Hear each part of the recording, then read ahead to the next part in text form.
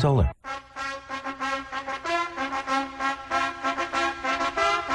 I love you.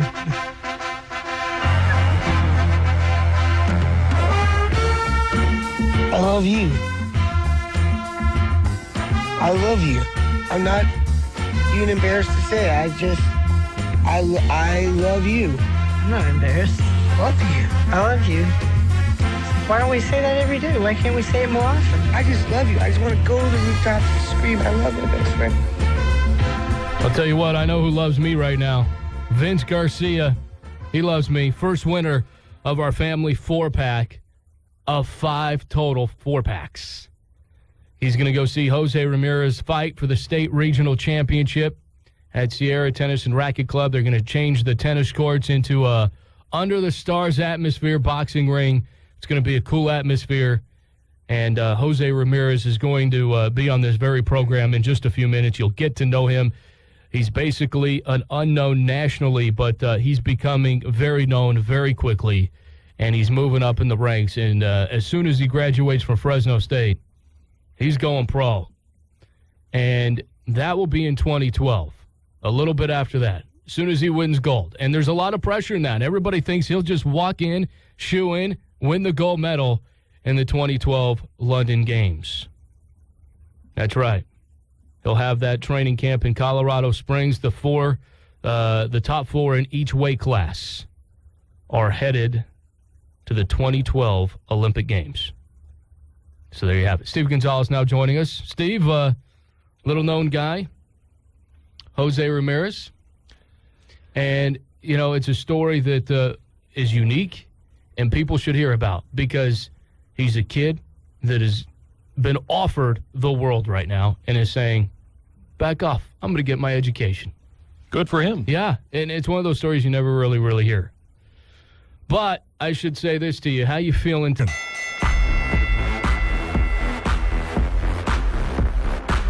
Ring the bell. It's time to chat with the 8-time champion. He's also 18 years old, a freshman at Fresno State, works at Starbucks, and he's the United States #1 ranked boxer as an amateur. 115 wins, a record. He joins us now live. It's Jose Ramirez. Jose, first things first, buddy, I got to ask you, I know you work at Starbucks. What's your favorite item on the coffee menu? Actually, that's a question that I've been asked by many people. Well, once you start working there, you start seeing all the different combinations you could do in the drinks. And one of mine is it's a chai cream frappuccino with vanilla bean. When it comes to something sweet, but when it comes to something refreshing, I like to make myself a nice tea with strawberries, a little bit of lemonade, and a splash of raspberry.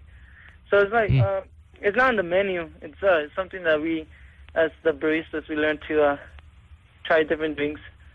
Well, if I come to your Starbucks, I'm going to ask for the Jose Ramirez special, and I'll go with the iced tea. Now, I would have to ask you this: if you're in the boxing ring, I know water is typically in Gatorade or stuff like that is usually the choice of drink. But you ever bring your iced tea from Starbucks as part of your drink during a boxing match? No, actually, it's funny, but I actually try to stay as disciplined as I can. And when it comes to a week, 2 weeks before a fight competition, I try to just stay away from the frappuccinos and just drink water, drink Gatorade, and I stick to the usual as any other athletes. But yeah, I do sometimes when it's out of competition and there's no competition or there's no fights in my way. I do take some Starbucks to the boxing shows, and they all laugh and they all ask me, so that's what you drink before the fight, and I just go on with the joke and pretty much tell them that this is what makes me so strong. Jose Ramirez, our guest, 115 wins, 8 national championships, and you've done it all from Golden Gloves to Junior Olympics. You've done more in your early career as an amateur than Sugar Shane Mosley, Floyd Mayweather, Oscar De La Hoya. When you hear those names in your comparison to those guys, what are you thinking? Well, first of all, it's an honor, and those are all great fighters who who were not just great fighters in the amateurs, but they also became world champions. So actually, sometimes I can't believe it that I'm doing what they could, but I'm just taking step by step and following the steps, and hopefully one day I could also be a world champion, because this is what amateur is for, just to get you experience to one day be a world champion in the professionals, and I just want to keep on fulfilling my dreams and try to stay in the same track as those other world champions did. You've been ranked number 1 in the 119, 125, and now the 132-pound weight class. State regional championship coming up. It's going to be at the Sierra Tennis and Racket Club. It's going to be a unique atmosphere. We're giving away tickets to have our listeners see you fight. You have been known to have one of the most deadliest array of punches. What made you come up during the ranks to come up with the artillery of punches that you do have? Where did you learn all this? I'm also a very smart kid when it comes to using angles and geometry and physics and all that. So when I started throwing punches and I started seeing the combinations that I was being taught, and that I was seeing other fighters throw the combinations, I realized there's a lot of good fighters, but there's a lot of fighters who stick to the basics and don't try nothing new.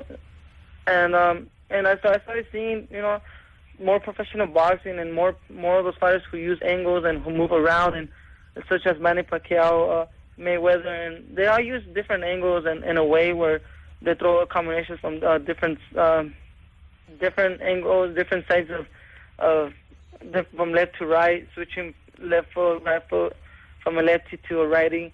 And I started paying attention. I just started practicing. Usually I practice my angles and all that, and the timing back to also get my timing correctly. And then besides that, sometimes I can't explain how I move or how I do things. I feel like they're just like the sweet science of boxing that you get throughout the experience. And I just started using angles and moving from left to right. When I started thinking ahead, I was thinking as I'm fighting in the ring, sometimes I tell myself, well, if I take a step to the left, if he's a smart fighter, he would throw a right hand, so I'm expecting that right hand, and then I go under his right hand, which I'm now in the outside, and I kind of attack him. So it's like a chess game.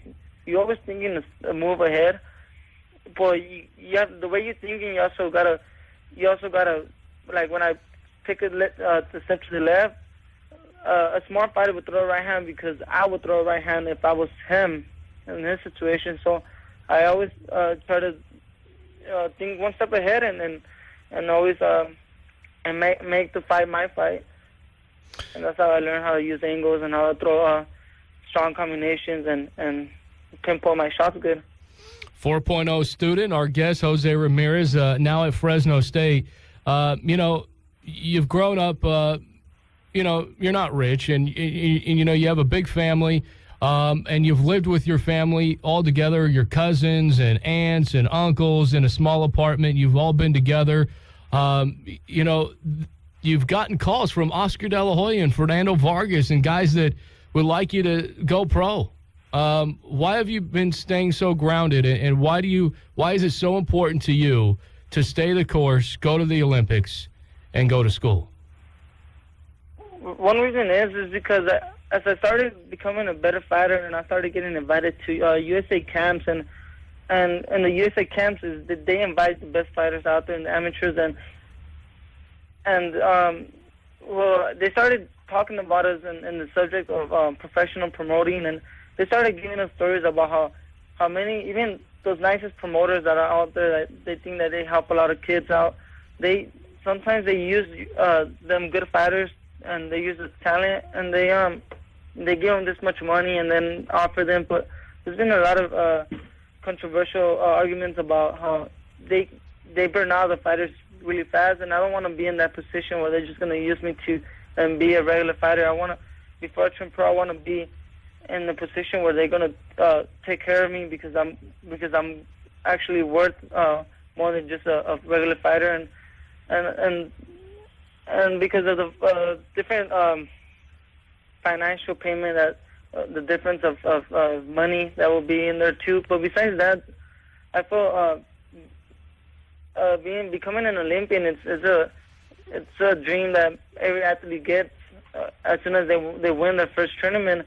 It's something that every athlete, from running to boxing to baseball to basketball, that is desired, and I feel like being part of being an Olympian is gonna bring a lot of pride to my family, to the small community, and my town, and it's gonna open a lot of doors and motivate a lot of young kids to also do the same thing. Jose Ramirez, you're going for the 2012 gold medal in London. Do you feel pressure right now at the age of 18 that you have to come home with that gold medal? I'm just gonna try my best, and there'll be a lot of competition, but I also feel that being there and as long as just by participating in the Olympic Games, that means a lot to me. But I don't feel no pressure. I try to just take one step at a time, and the pressure that many people might say that they give me, I just take it as more of motivation, that they're pushing me to my goal and they're helping me out.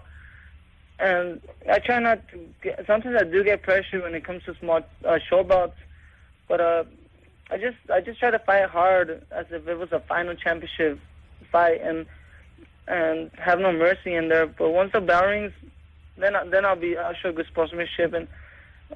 But I just my motivation that I have to succeed is just too strong for me to think about anything else.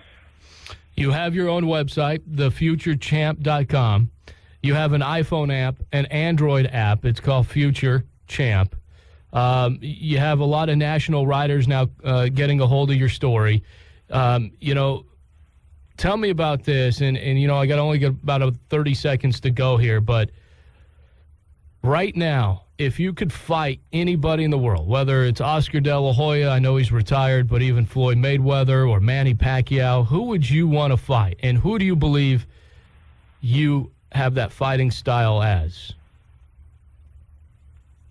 If I was to fight any professional fighter, I would love to fight Manny Pacquiao.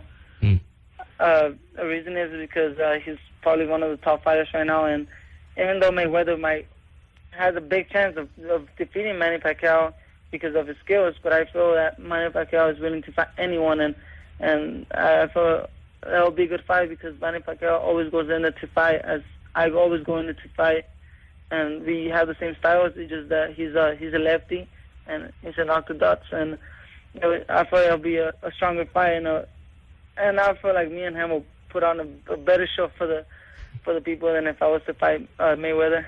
Wow. Great stuff. Jose, you're a great kid, man. I mean, you're wise beyond your years. I wish you all the best of luck. I know a lot of fans can't wait to see you on May 28th, State Regional Championship, Sierra Racket Club, Tennis and Racket Club. We'll see you there. Best of luck to you. We'll talk to you soon. Thank you. Thank you very much. All right, Jose Ramirez. You want to go see him? Caller number 10. You'll get a family 4-pack right now.